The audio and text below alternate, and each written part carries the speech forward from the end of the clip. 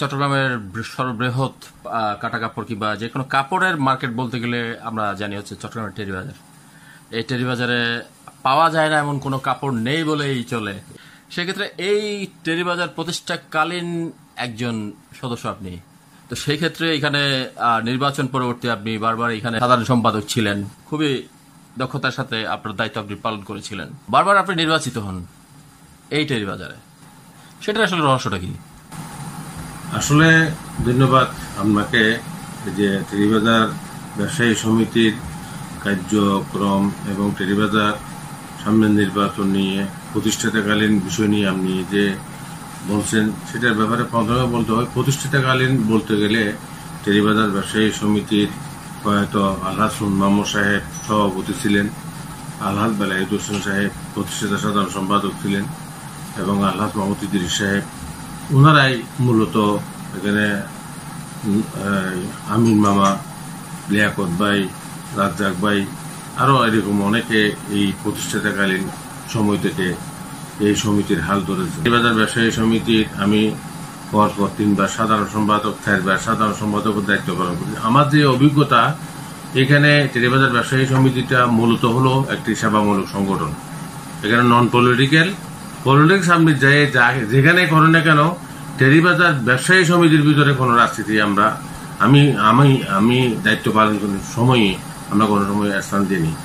আমি মূলত বিএনপি রাজনীতির সাথে জড়িত থাকলেও বিএনপি যখন ক্ষমতায় ছিল, সমিতির সাংগঠনিক নিয়মে, সাংগঠনিক সিদ্ধান্ত মোতাবেক যদি বলা হতো কোনো মন্ত্রীকে নিয়ে আসার জন্য, সেই সময় তাহলে আমাদের যে সাংগঠনিক সিদ্ধান্ত সেটা আমি বাস্তবায়ন করতাম। কিন্তু সমিতির টেবিলে বসে সেখানে আমি কোনো রাজনীতি আমি করিনি। আর আমাদের যারা নেতা, মন্ত্রী, এমপি ছিল, ওনারাও কিন্তু কোনো সময় টেরিবাজার ব্যবসায়ী সমিতির নির্বাচন বলেন, টেরিবাজার ব্যবসায়ী সমিতি বলেন, কোনো সময় এখানে প্রশাসন সহ এখানে ইন্টারফেয়ার করা নেই। কারণ এটা একটা ব্যবসায়ী নিরপেক্ষ একটি সংগঠন। এখানে 2 বছর পর নির্বাচন হয়।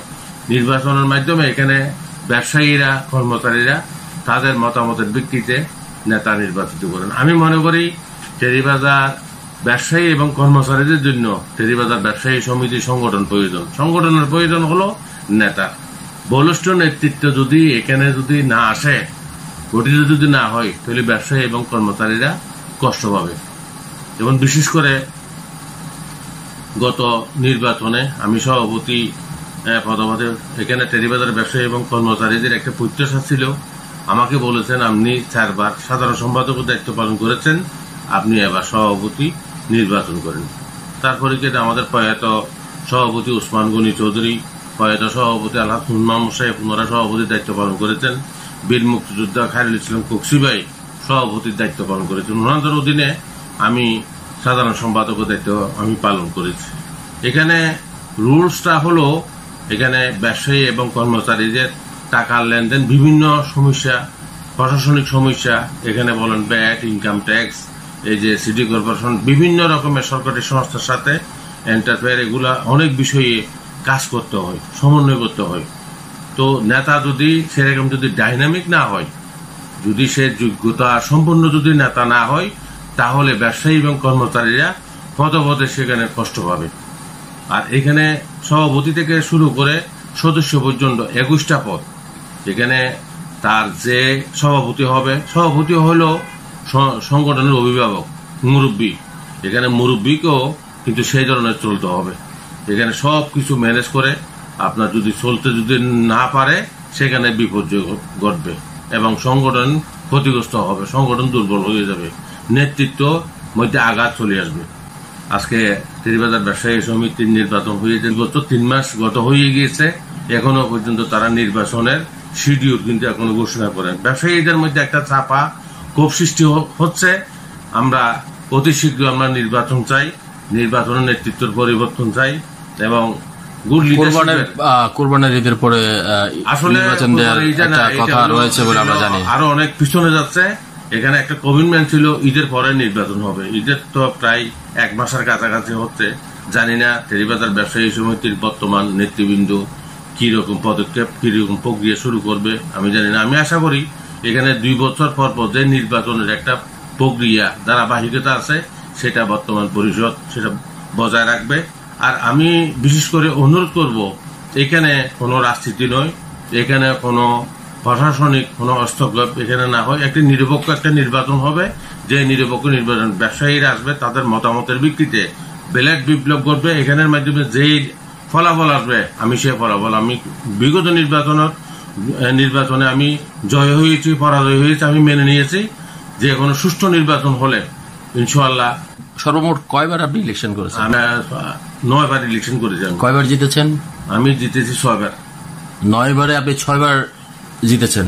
তো বিশাল প্রাপ্তি আপনার। একবার সভাপতি ইলেকশনে পরাজিত হয়েছি, 2 বার সাধারণ সম্পাদকে আমি পরাজিত হয়েছি। এখানকার ব্যবসায়ী এবং কর্মচারীদের তাদের প্রতি আমার বিশ্বাস আছে। আমি কোনো সময় তাদের এই চেয়ারের প্রতি আমি কোনো সময় অমর্যাদা আমি করিনি। টেরি বাজারের যারা কর্মচারী কিংবা দোকানদার আছে সবাই মানানোর কথা। এগুলো তো একদিনে হয় না সৃষ্টি, এগুলো তো সৃষ্টি হওয়ার পিছনে অনেক কারণ আছে।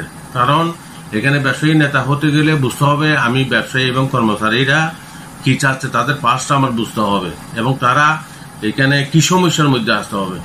আমি তো কোনো সময় যে সময় আমি দায়িত্ব পালন করেছি, দায়িত্ব পালন ছাড়াও নির্বাচনে যখন আমি পরাজিত হই রাত্রে 2টার সময় 4টার সময়, আমি এই কথাটা বলতে চাচ্ছিলাম। এখনো বিভিন্ন সালিশ কিংবা কোন ধরনের সমস্যা ব্যবসায়ীদের, তারা আপনার এখানে কেন আসে? তারা আমাকে পায়, তারা আমাদের প্রতি একটা বিশ্বাস আছে। এখানে বিশেষ করে মূলত সাতকানিয়া লোহাগাড়ার মানুষ বেশি। এখানে যখন ভোট হয় অঞ্চল ব্যাট হিসেবে তারা কোনো চিন্তা ভাবনা থাকে না। গুড লিডারশিপ যেটি না আছে, তারা মূলত মনে করবে এখানে টাকা পয়সা দিয়ে কোনো নির্বাচন হয় না। সবার হাতে হাতে টাকা আছে, লক্ষ কোটি টাকা দিয়েছে, ব্যবসা করে যাচ্ছে। এখানে তারা মনে করবে যে কি আমার সমস্যা কে কার দ্বারা সমাধান হবে, কে আমাকে ভালো সার্ভিস দিতে, কে আমাকে ভালো সেবা দিতে পারবে। এখানে আমি তো প্রথমেই বলছি, এখানে বেটার সমস্যা, এই যে প্রশাসনিক সমস্যা, নানাবিধ সমস্যা এগুলো আছে। এগুলো নিয়ে আমরা খুবই ঠান্ডা মাথায় সাংগঠনিক সিদ্ধান্ত নিয়ে সাংগঠনিকভাবে আমাদেরকে এগুলো সমাধান করতে হবে।